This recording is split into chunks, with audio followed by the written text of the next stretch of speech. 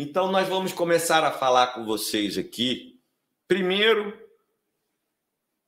como os Estados Unidos se tornam a maior potência do mundo. Eram 13 colônias lá no leste do continente americano, na América do Norte, ali no leste, né? Eram 12 colônias, 13 colônias. Lá em 1773, 76, agora não lembro a data, fizeram o que eles chamam da sua revolução, da independência, sua guerra da independência, eles têm o nome deles lá, né? Agora que a nossa produção está falando que tem 1 hora de live. Então, rapidamente, que falaremos isso aqui em outras ocasiões. Então, essas 13 colônias começam a sua luta pela independência, conseguem sua independência. Depois, enfrentam a Guerra de Secessão, né? Mas, quando eles conseguem a independência, eles já começam a marcha para o oeste, que nós conhecemos lá naqueles filmes, né, de faroeste, né? John Wayne, os heróis que eles vendiam, mas o que era isso? Eles tinham que matar pessoas, eles tinham que tomar terra de pessoas, tinham que exterminar populações originárias, correto? Eles precisavam de uma justificativa para isso. No Brasil, o que era? A catequese, né? Sim. Que era eles eram bicho que precisavam ser catequizados para se tornarem pessoas, né? Sim. Lá, eles precisavam levar, né, a religião dele, que era a religião protestante, precisavam civilizar aqueles povos. Levar todo o conhecimento que eles tinham, toda a cultura, toda a tecnologia, para a vida desses povos serem melhores. Por isso que eles precisavam matar e tomar a terra deles, para levar essa superioridade que eles tinham. Esse Deus protestante, essa religião protestante que eles tinham, esse conhecimento, toda essa tecnologia. Então, na verdade, eles estavam fazendo um favor àqueles povos, concorda? Eles achavam que sim, né? Não era? Sim. E eles eram uma raça superior. Se eles eram superior, os outros eram inferiores, né? Então, tudo que eles fizessem não só era justificado, como era melhor para aqueles povos. Sim. Infelizmente, sim. Então, aí eles foram marchando, conquistando, encaminhando para o oeste, naquela ideologia do eu sou o melhor, que nós já falamos aqui. E aí conquistaram também amplas faixas de terra ali do México. Tudo ali, né, que é Califórnia, Novo México, tudo era do México. Então, os Estados Unidos ele tem uma situação, um país continente, tem uma situação totalmente de defesa natural absoluta naquela época. Por um lado, protegido pelo Oceano Atlântico, de um outro, protegido pelo Oceano Pacífico. Ao sul, o México, que não tinha como lhe oferecer nenhum risco. Ao norte, o Canadá, que também não tinha como, muito pelo contrário, sempre foram, né, subjugados ali pelos estadunidenses. Já na Europa, por que nós estamos falando isso? Porque a Europa foi, né, o centro do mundo, né, desse período que nós estamos falando daqui, de 1500 para cá, né, de Revolução Industrial, disso, quem era a maior potência do mundo era a Inglaterra, a coroa britânica, né? E ela sempre teve a concorrência ali da França, né, depois da Alemanha, que também é país de capitalismo tardio, da Inglaterra, mas sempre teve a concorrência da Holanda, de Portugal, de Espanha, né, uma época ali no período das navegações. Então, sempre teve, né, sempre tinha alguém fungando ali no seu cangote. Coisa que não ocorreu ali com a burguesia estadunidense. Então, eles vão ali, conquistam ali para o oeste, para o sul ali, né? Amplos territórios ali do México, e depois tem a Guerra de Secessão. Na Guerra de Secessão, teve a guerra entre o norte, mais desenvolvido, que queria a sua revolução industrial, com a sua indústria manufatureira ascendente, e tinha o sul, que era agrário, defendia os latifúndios, a escravidão e comprar os produtos da potência, né, manufatureira, que era a Inglaterra, mais baratos do que o norte queria, que era a reforma agrária, o fim da escravidão para ter mercado consumidor interno e uma política protecionista para os seus produtos manufatureiros para que pudessem competir, né, e serem mais baratos do que aqueles que fossem importados da Inglaterra, a maior potência manufatureira do mundo à época. E como não houve, o chazinho não resolveu, né? A tubaína não resolveu, né? Nessa época lá devia de ser uma tubaína, né? O suquinho não resolveu, a cachaça não resolveu, o uísque não resolveu, foi a guerra civil. Foi uma guerra civil sangrenta, que o norte se saiu vencedor, por isso que os Estados Unidos teve condições de se tornar uma potência mundial, porque fez a reforma agrária, adotou políticas protecionistas, teve como condição de desenvolver a sua indústria, coisa que nunca aconteceu, né? Por exemplo, aqui no Brasil, a FNM teve que fechar. Sim. Porque não teve nenhuma... A Gurgel teve que fechar, né? Porque não teve nenhuma indústria protecionista. Porque os nossos queridos bilionários, não o povo, coitadinho do povo, né, que está passando fome lá dos Estados Unidos, mas os bilionários estadunidenses nunca vão permitir, né, que surja um projeto nacionalista. Nem estamos falando socialista, não, nacionalista aqui no Brasil. Não vão deixar crescer uma indústria no Brasil que venha competir por mercado com eles. Isso aí é claro. Né? Então, aí, se o Sul tivesse ganhado, o que seria os Estados Unidos? Não consigo nem imaginar, mas não seria nem a metade do que é hoje. Seria talvez até um Brasil piorado, né? Muito pior. Né? Sim. Então, é um país que tem uma ampla faixa de terra, com muitas riquezas, não tinham ninguém nos calcanhares dele, conseguiram voar em céu de brigadeiro. Aí eles criam com a ideologia de que eles são um povo escolhido por Deus para catequizar, para levar a sua fé, sua religião, a sua superioridade, o seu conhecimento, sua tecnologia para outros povos. Aí eles criam a ideologia Monroe, que é a América para os americanos, ou seja, um recado direto para os europeus. Não ousem fazer nada aqui na América. A América é para os americanos. Fiquem aí onde vocês estão. Né? E aí eles se arvoraram que o protetor de todos os povos. Protetor! Todos os povos americanos. Depois vem Theodore Roosevelt. Não é o Roosevelt da Segunda Guerra Mundial. É antes.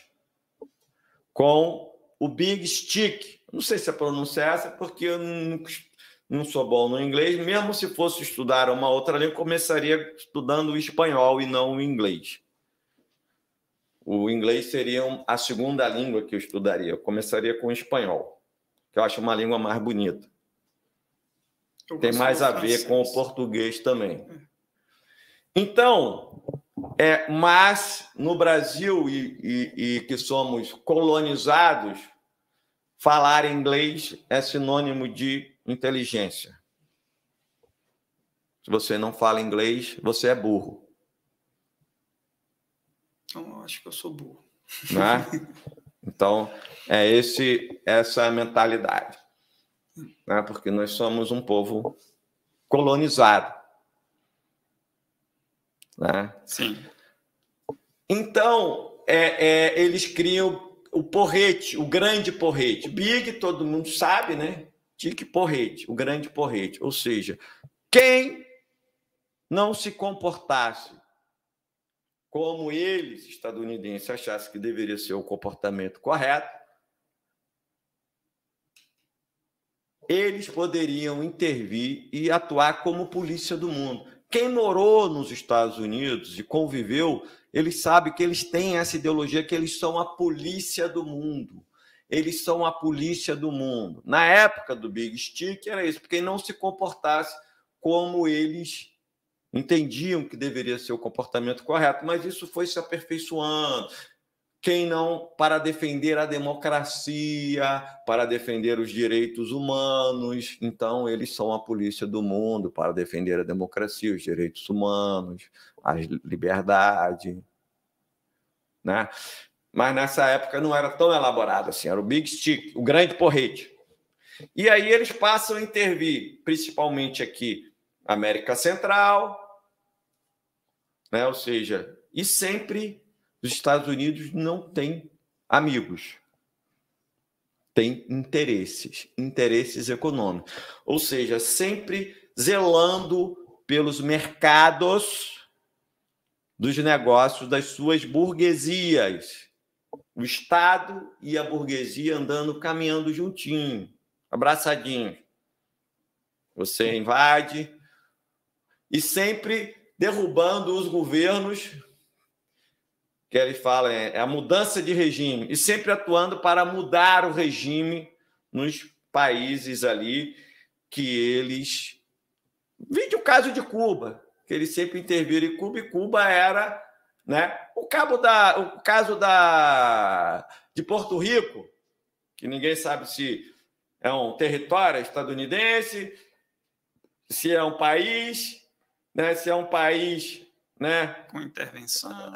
Então é uma coisa meio... E Cuba que era, né? Que o povo falava, né? Que era a casa onde eles iam para ver as conerritas, né? As coelhinhas. Sim. Né? As profissionais do sexo. Os cassinos. O charuto e a rum. Onde eles iam lá para esse tipo de prazeres. E... botando ali os ditadores lacaios dele. Se o ditador é lacaio dele, é lindo. Se não é um monstro, é um tirano. Então, aí eles foram se desenvolvendo isso. Com a Primeira Guerra Mundial, a Alemanha sai derrotada, não podia desenvolver um exército nem de 100 mil homens, mas quando Hitler é preso, ele escreve o livro Minha Luta. E ele fala o quê? Que ele iria combater quem? Os judeus e os bolcheviques, os comunistas. E aí, o que a Inglaterra e a França, que ainda eram superiores militarmente à Alemanha, fazem em relação à Alemanha depois que Hitler ascende ao poder? Começam a fazer vistas grossas, imaginando que Hitler fosse invadir quem? Rússia. Na época não era Rússia. União Soviética. Rússia era antes da Revolução e depois que acabou o Estado. E fosse invadir a União Soviética. Exatamente. Né? Tanto que Churchill, que era apenas não era ainda o presidente, chanceler, né? Primeiro-ministro, né? Primeiro-ministro. O embaixador francês e o inglês foram lá conversar com Hitler, ceder ali parte ali da Tchecoslováquia. Ele fala: vai voltar sem a honra e sem a paz. É isso que Churchill fala? Uhum. Então, mas por que eles vão cedendo para Hitler e fazendo vista grossa? Porque ali eles já podiam intervir, que eles eram superiores militarmente. Não fizeram por quê? Eles tinham interesse em que Hitler atacasse. Fizesse o trabalho sujo que eles não tinham feito, condição de fazer, apesar de se unirem 14 potências, não conseguiram aniquilar a Revolução Russa. E uma coisa que muita gente não se dá conta, onde que fica a Alemanha no mapa? Não é vizinha ali da União Soviética? Você jogou o War. Sim, joguei. Né? A Alemanha não é ali, vizinha ali da Ásia, ali. Depois da Alemanha, não tem um amarelinho ali? Sim. É Aral, parece, no tabuleiro ali do... Agora eu não recordo, mas é ali a União Soviética. Sim. Vizinho. Sim. Como fazia seu pai. Você me entendeu agora? Entendi. Então, e aí, a Alemanha, que não podia ter 100 mil, tem um exército de mais de 4 milhões e monta sua máquina de guerra, né? Só que depois ela rompe com o Ocidente, faz uma aliança com Stalin. Como eles cederam parte ali da Tchecoslováquia, não se falou nada? Vou invadir a Tchecoslováquia, vou tomar tudo. Como eles tomaram a Tchecoslováquia, ninguém fez nada. Vamos tomar, acho que foi a Polônia, né? Não recordo agora, mas acredito que sim. Até o momento que ele vê que ninguém faz nada e que ele já era a maior força militar do mundo, aí ele declara guerra. Sim. Aí o povo caiu de joelhos ali. Né? A França caiu de joelhos ali. A Inglaterra foi bombardeada de noite, fez uma resistência ali heróica ali, né, com Churchill, isso aí, louvável, mas totalmente fragilizada, destruída.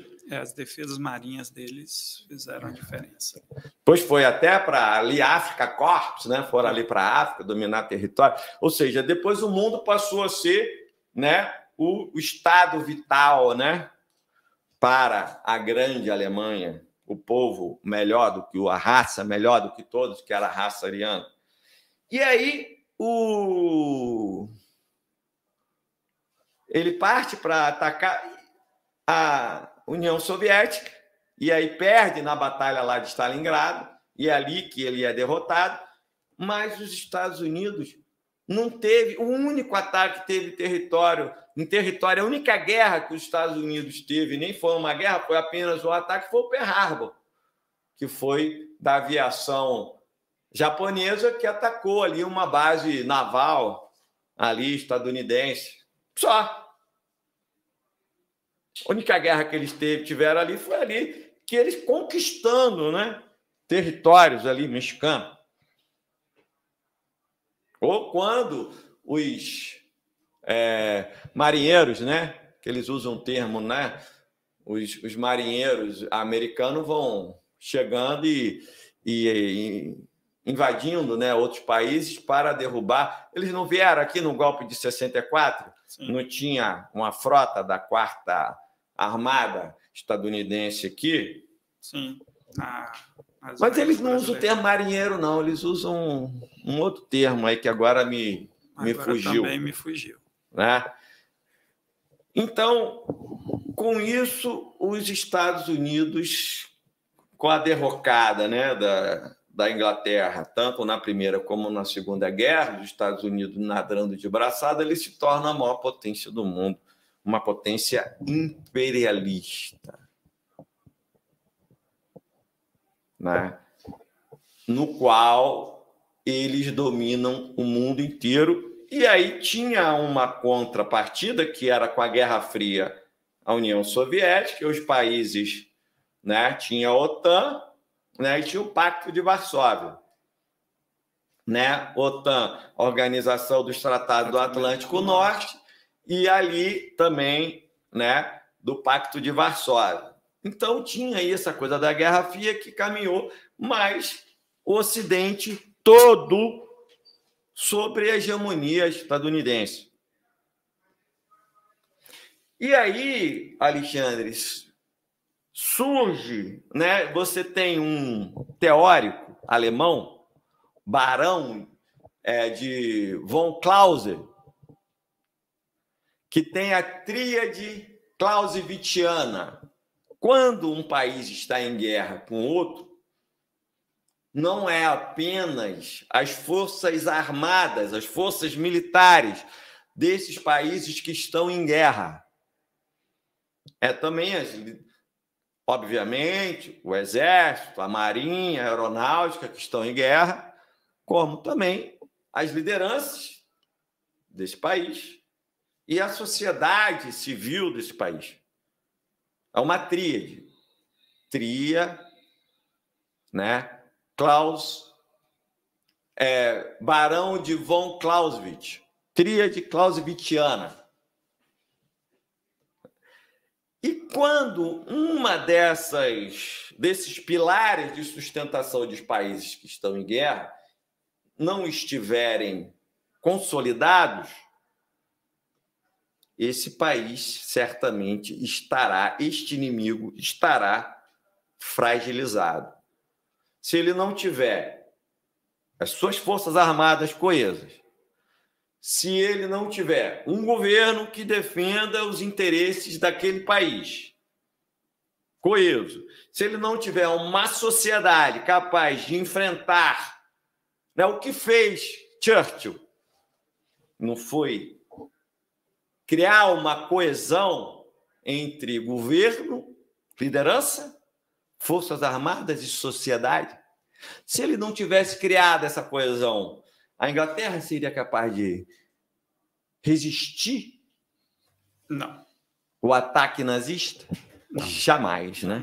Jamais, né? Jamais. Ele entrou como um dos heróis da história da humanidade? Sim. Não foi por isso? Sim. Para essa enorme capacidade. Apesar dele ser um reacionário, um conservador, que tinha que fazer uma espécie de um cordão sanitário para isolar a podridão da União Soviética, do resto do mundo ocidental. Sim, ele foi... Então, você tem a tríade clausewittiana. Então, esse barão de von Clausewitz é um teórico da guerra muito respeitado. Até porque qualquer pessoa vê que isso é uma coisa óbvia, né? Ou não? Não, é óbvio. Não é isso? Sim. Se eu tenho uma sociedade civil querendo que o país perca a guerra, como é que o exército vai ganhar a guerra? Um exemplo que pode se dar disso aí é a própria guerra dos Estados Unidos contra o Vietnã, quando a população civil se movimenta contra a guerra, mesmo os interesses econômicos do país têm que ceder. A população conseguiu ali que... A população estadunidense. Exatamente. Com os protestos, com as músicas, com toda a movimentação, e porque perdeu um dos pilares de sustentação, que é a sociedade civil. Exatamente. Que a sociedade se indignou com aquilo, se revoltou contra aquilo. Exatamente.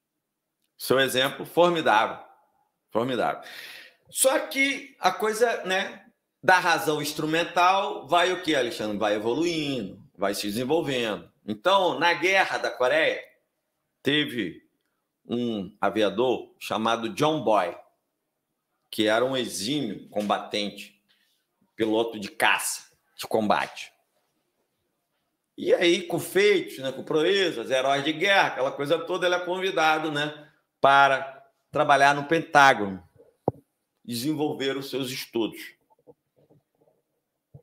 E as pessoas queriam saber como ele tinha tanto uma maior capacidade do que os outros pilotos, como é que ele conseguia abater tão mais caças inimigos, agir com uma velocidade de raciocínio tão maior do que os outros, o que estava em jogo. Então, ele desenvolve uma teoria, também ele não sabia, né, por quê, mas aí ele foi pensando como é que era o sistema dele de observação, de orientação, de decisão e de ação. Aí ele chegou no princípio OODA, que toda pessoa que tem uma ação autônoma, um piloto de caça, ele não vai estar sendo comandado, a não ser que seja um robô, não é isso? Uhum. Ele vai ter que observar, ele mesmo se orientar. Claro que pode ter uma orientação vinda, né? Mas muita coisa é ele que está vendo, não é isso?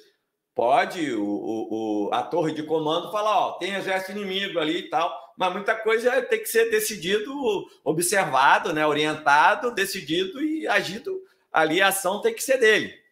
Né? Tem coisa que ele está vendo que a torre de comando não está vendo. Principalmente naquela época, né? Que não tinha essa coisa do satélite e tal, não sei o quê. Aí ele viu que toda pessoa que age com autonomia, ela vive nesse círculo OODA. Primeiro, ela observa, depois ela se orienta, depois ela decide e só a partir daí que ela age. Aí ele foi dizendo como é que ele observava, qual era a forma que ele observava ali, o terreno, as coisas, as movimentações, como que ele se orientava, como ele decidia e como ele agia. E ficou isso aí, né?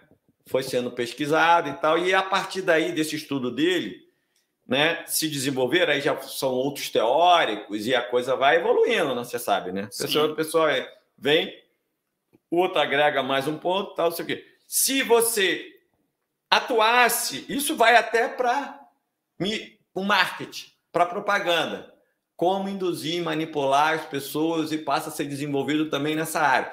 Como é que você vai, né? Porque chega à conclusão de que se você agir na orientação da pessoa, né? Todos nós vamos observar. Agora, se você atua na orientação da pessoa, ela vai, se você manipula aqui nessa orientação, ela vai tomar uma outra decisão diferente daquela que ela tomaria se ela tivesse um outro tipo de orientação aqui. Então, viram que nesse processo do OODA, observação, orientação, decisão e ação, você teria como manipular na orientação. Você não pode chegar para a pessoa e falar que esse papel é preto. Você observa. Sim. Mas você pode orientar a pessoa a achar que esse papel é imundo. Sim. Ou você pode orientar a pessoa que esse papel é limpo, lindo e maravilhoso. Sim. Eu tomei uma decisão, não foi? Amassei. E a outra foi... Tomei a decisão de beijar e beijei. Sim. Não ficou simples entender? Sim, claríssimo. A indução ali... E isso tudo feito de uma maneira científica, com experimentos comprovados. Não tem igual fazem com ratos? Sim. Mas aí com populações inteiras. Né? E aí chegamos no Brasil. Resumidamente, porque o nosso tempo aí, né, está se esgotando. O que acontece no Brasil 2006? Ainda governo Lula. Se descobre amplas reservas do pré-sal. O que nós falamos aqui? Que nós estamos na era do petróleo. As guerras, as principais guerras do mundo são movidas pelo petróleo. Os Estados Unidos, que são a maior potência do mundo, eles precisam de grandes quantidades de petróleo. Não é? Sim. Se descobre petróleo do pré-sal. O que começou a se falar quando se descobriu o petróleo do pré-sal? A nossa imprensa vendida, né? Que são bilionários, lacaios dos bilionários estadunidenses por uma série de interesses comerciais, às vezes até por armadilhas jurídicas. Lacaios. É isso que a população precisa. Vassalos. O que começou a se falar do pré-sal? O que é o pré-sal?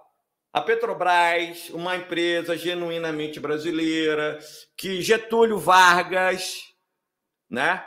O que aconteceu? Quem era Getúlio Vargas? Uma personalidade extremamente controvertida.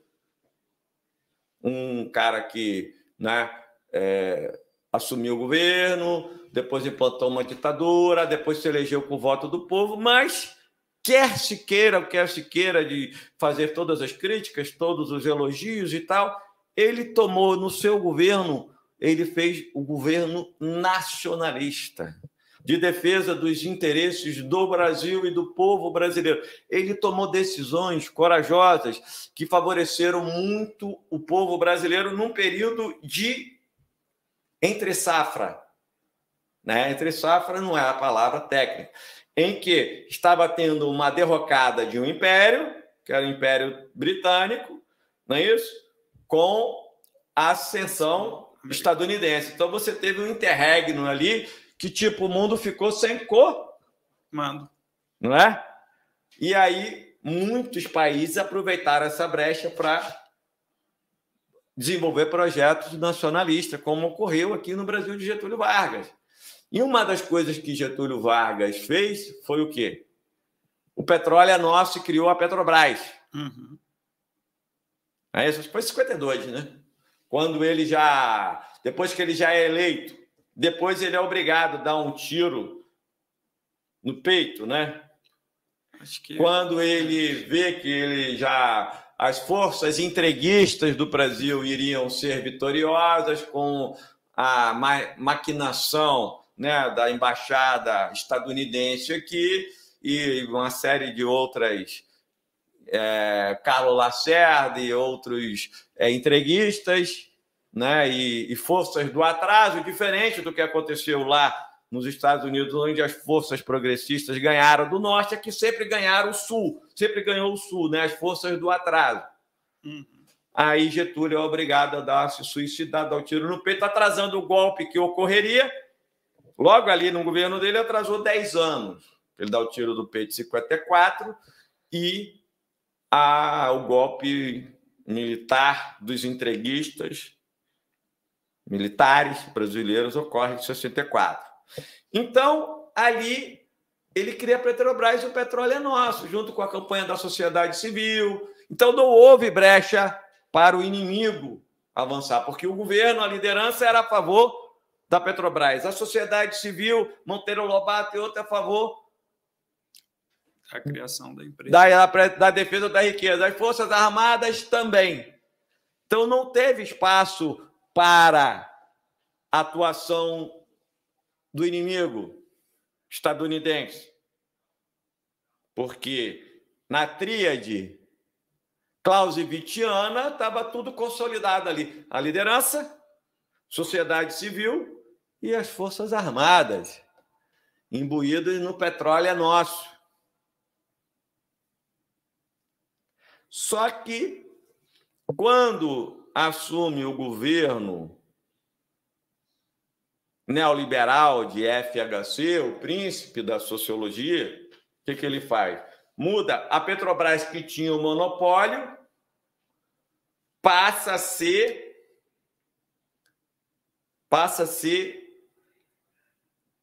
né, no governo, a concessão.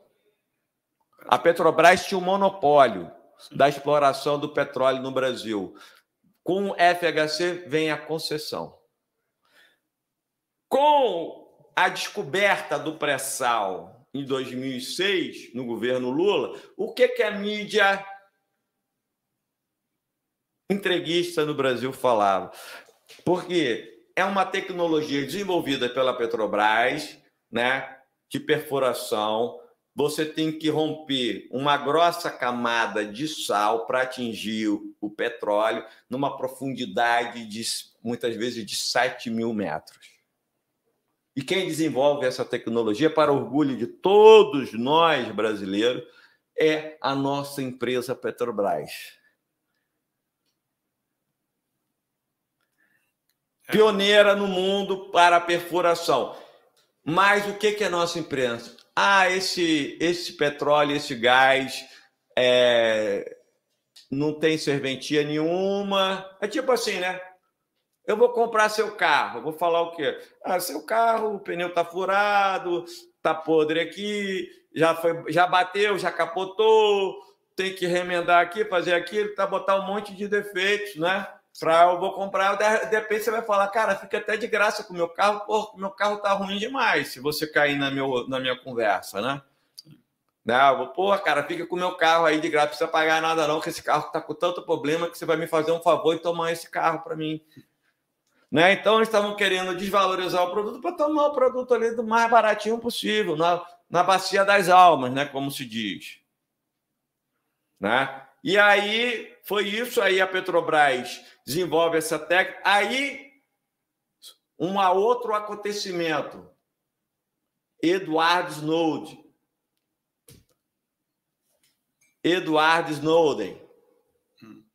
O cara que revelou o quê? Para você entender, Alexandre, com 11 de setembro, os Estados Unidos detecta que tinha uma série de falhas na segurança. Sim. Né? O que foi 11 de setembro? Um grupo terrorista, comandado por Bin Laden, sequestra ali 4 aviões e tal, e 2 atinge as 2 torres do World Trade Center, um atinge o próximo ali do Pentágono, né, da Casa Branca, do Pentágono. E o outro é abatido. Né? Aí eles viram que tinha uma série de falhas de segurança e que a coisa poderia ter sido, se não evitada, mais minimizada nos seus estragos. E aí começam a fazer amplos estudos cientificamente, o que deveria ser aperfeiçoado, o que deveria ser mudado, e montam 2 empresas de inteligência que passam a monitorar tudo, no mundo inteiro. O que nós podemos falar claramente, sem nenhum medo de espionagem. O que Edward Snowden faz, Alexandre? Ele denuncia para o mundo aquilo que era uma ilegalidade. O que ele, como funcionário ali, não conseguia mais compactuar com aquilo. Sabendo que os Estados Unidos estavam como um Deus onipresente, onipotente, espionando e conhecendo tudo o que acontecia no mundo, em todos os cantos do mundo. Sim. Muitas vezes chegavam em reuniões, né, por exemplo, aqui, né, dos conselhos americanos ou no mundo, com informações até do que os outros países iriam propor, falar, para que eles chegassem. Tem provas, né, da Hillary Clinton, né, dela sendo, para ela chegar mais bem orientada em fóruns internacionais, para ter uma melhor performance. Porque se eu sei tudo que você vai falar, tudo que você vai propor, que cada um vai propor, cada um vai defender, eu sei exatamente, eu preciso convencer aquele ali. Se eu convencer aquele ali, minha vitória, eu consigo a vitória nesse foro aqui, internacional.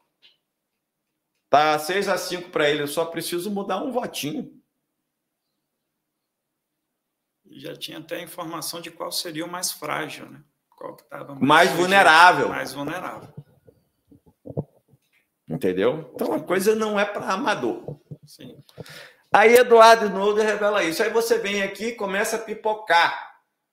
2010, já no... Não, aí você tem a Dilma, já assim que assume o governo, já muda, e aí assinou a sentença de morte.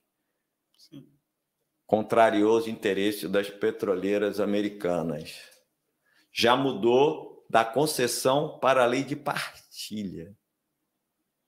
A lei de partilha, o percentual obrigatoriamente pertenceria à Petrobras, teria que desenvolver uma política de conteúdo nacional, uma série de coisas.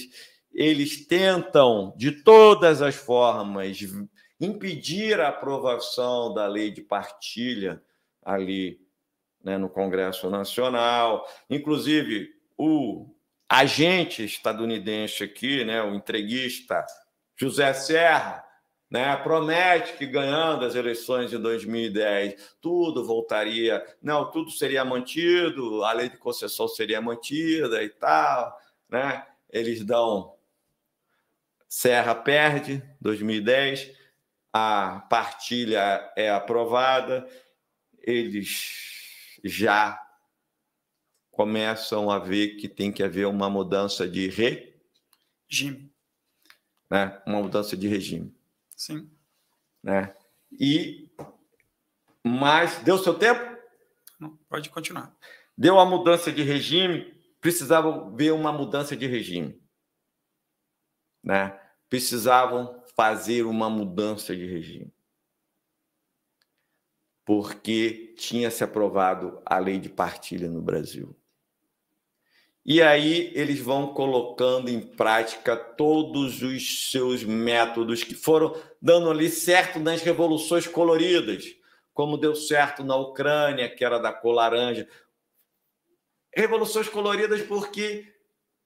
Né? E aí, a formulação de um teórico na guerra híbrida, como que você já tinha esse desenvolvimento desse ciclo OODA, né? Que é observação, orientação, decisão e análise.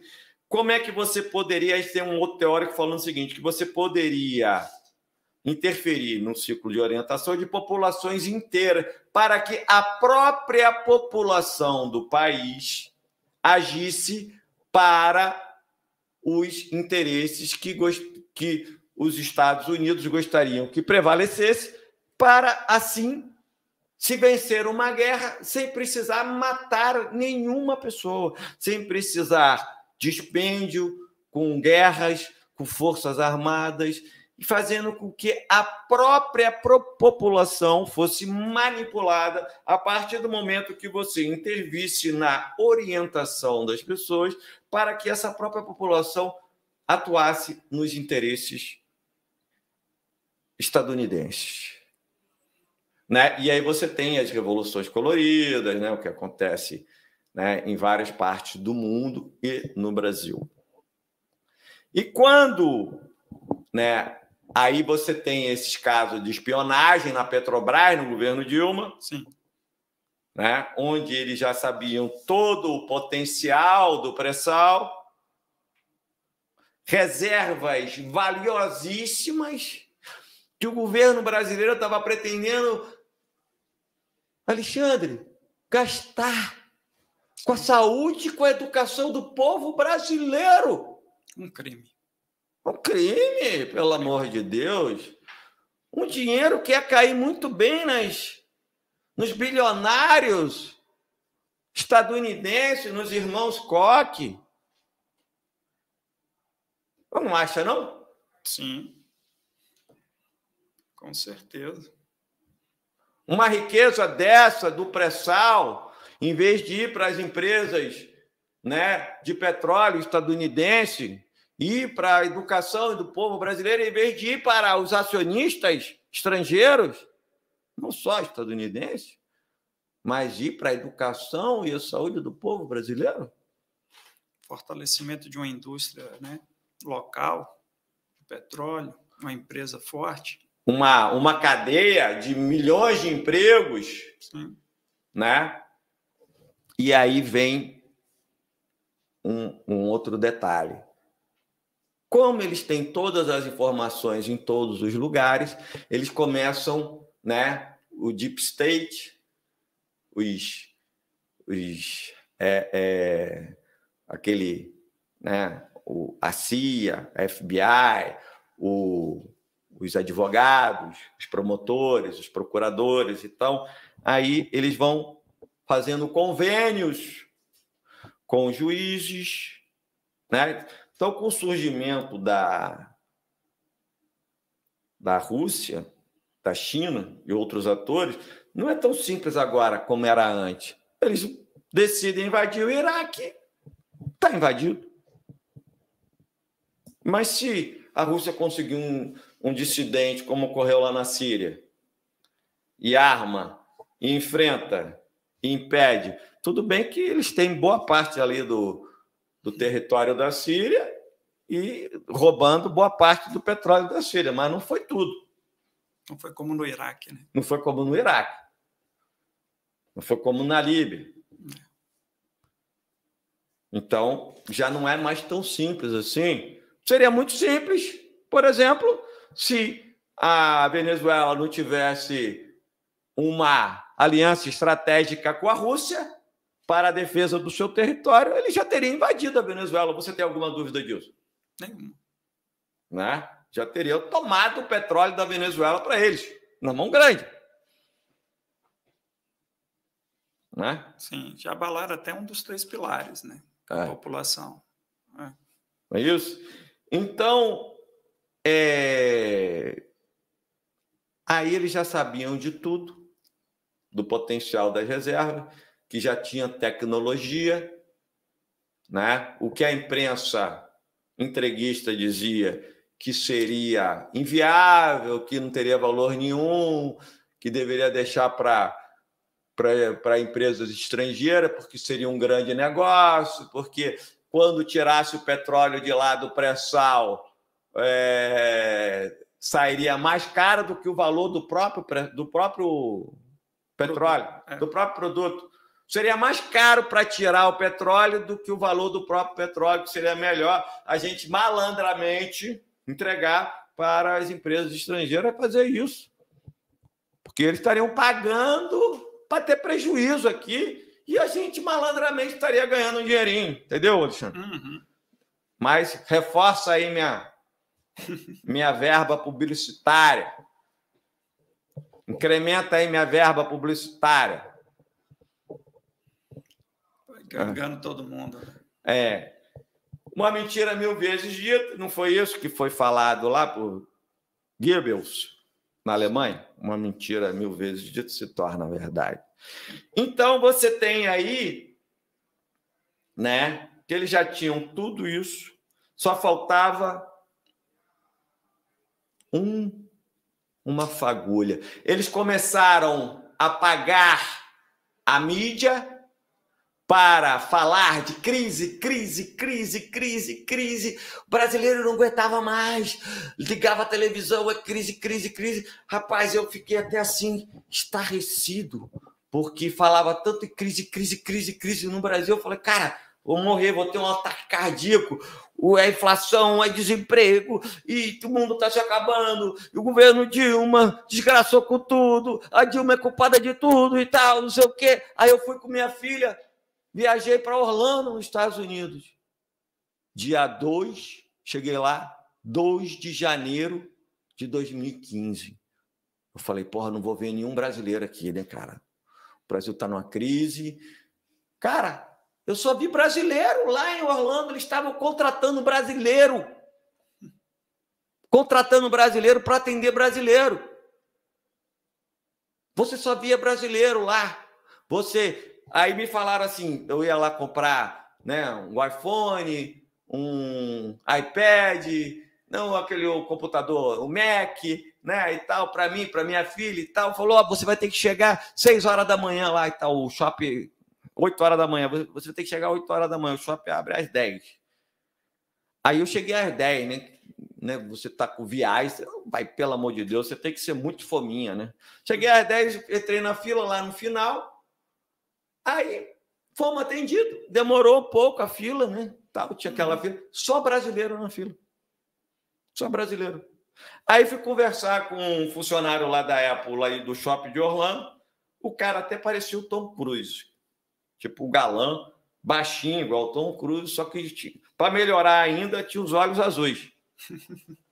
Né? Aí o cara falou assim, a Apple de Orlando é brasileira, porque aqui só tem Brasil. E você sabe que o Brasil estava tão em crise que ali Orlando e aquela região ali, Miami, não faliu por causa do Brasil, em 2008, quando eles tiveram a crise. De tão crise que o Brasil estava. Tanto que eles queriam já dar o passaporte, o visto para o Brasil sem nenhuma restrição. E no Brasil só se falava de crise. E em dezembro de 2014, o Brasil tinha chegado no menor desemprego.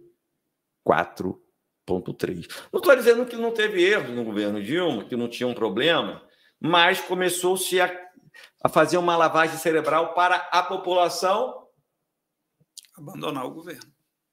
Mudar a liderança para mudar o governo, para botar um governo que atendesse aos interesses dele. Sim.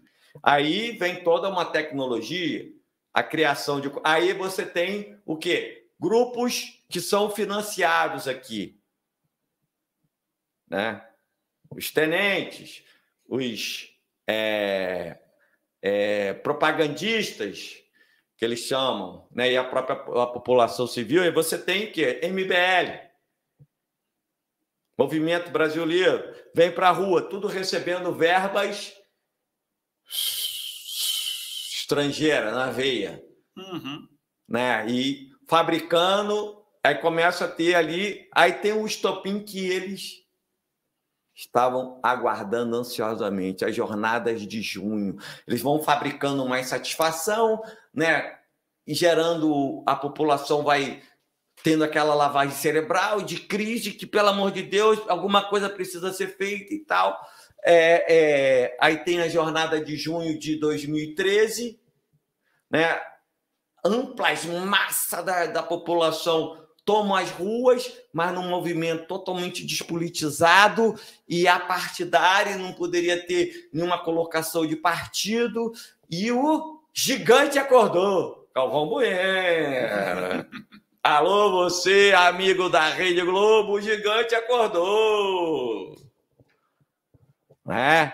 Sim. E pela primeira vez da história, a Globo passou a ser incentivadora das movimentações de rua. E mesmo assim, numa eleição apertadíssima, que o Aécio Neves, junto com Luciano Huck, que tinha comemorado com a esposa Angélica, xingando o Dilma de filha da... Que o nosso programa não vai baixar o nível, na abertura da Copa. Sim. Mostrando como essa elite é entreguista. Isso? Sim. E aí, o que acontece? Eleito. Não, o Aécio comemora a vitória lá com o Luciano Huck, daqui a pouquinho o Dilma vence a eleição. Vence. Uma margem apertada, mas conseguiu. Aí o pessoal viu. Lula ganhou 2002, Lula ganhou 2006, Dilma ganhou 2010, Dilma ganhou 2014. Nós temos que ter outras agentes. Não vamos mudar o governo só com as eleições. E depois eles saberiam que o Lula viria. Sim. E com uma mudança de regime, o Lula viria. Eles precisavam prender o Lula. E para isso surge a Lava Jato. Como é que a Lava Jato surge? Eles escolhem um agente infiltrado deles aqui, todo mundo sabe quem é. Sérgio Moro. Um membro lá do Ministério Público, todo mundo sabe quem é também, que é o Deltan Dallagnol, que receberam vários prêmios lá, viajaram para lá, fizeram curso lá, mas não só ele, outros juízes, tanto do Supremo Tribunal, não foi o que o Jucá falou, com o Supremo, com tudo, Sim. Do TRF4, né? Então, não só para criar toda uma máquina ali de queimar o PT, como fizeram na novela de mais longa duração da Rede Globo, que foi o Mensalão, que aí a gente vai deixar para falar isso num outro momento. Mas você tem ali, aí começa a Lava Jato. Como é que a Lava Jato começa, Alexandre? Deu seu tempo? Deu meu tempo. Então, vou abrir para suas considerações finais aí. Esse aqui é um assunto longo para a gente... É um assunto extremamente importante, né? E que a gente tem que se aprofundar mais aí. Mas a movimentação jurídica e da imprensa em cima da Lava Jato e tudo mais culminou, né, como todo mundo sabe, na entrega de vários bens, como a Petrobras perdeu vários direitos, teve que fazer uma concessão no mercado internacional, tivemos aí empresas brasileiras que perderam o mercado internacional, causaram um impacto na economia brasileira significativo, com repercussões até hoje, de desemprego realmente, num período em que não havia essa crise que foi alardeada, e sim fabricada por esse movimento. Então, isso que deve ser analisado sempre de forma clara e objetiva.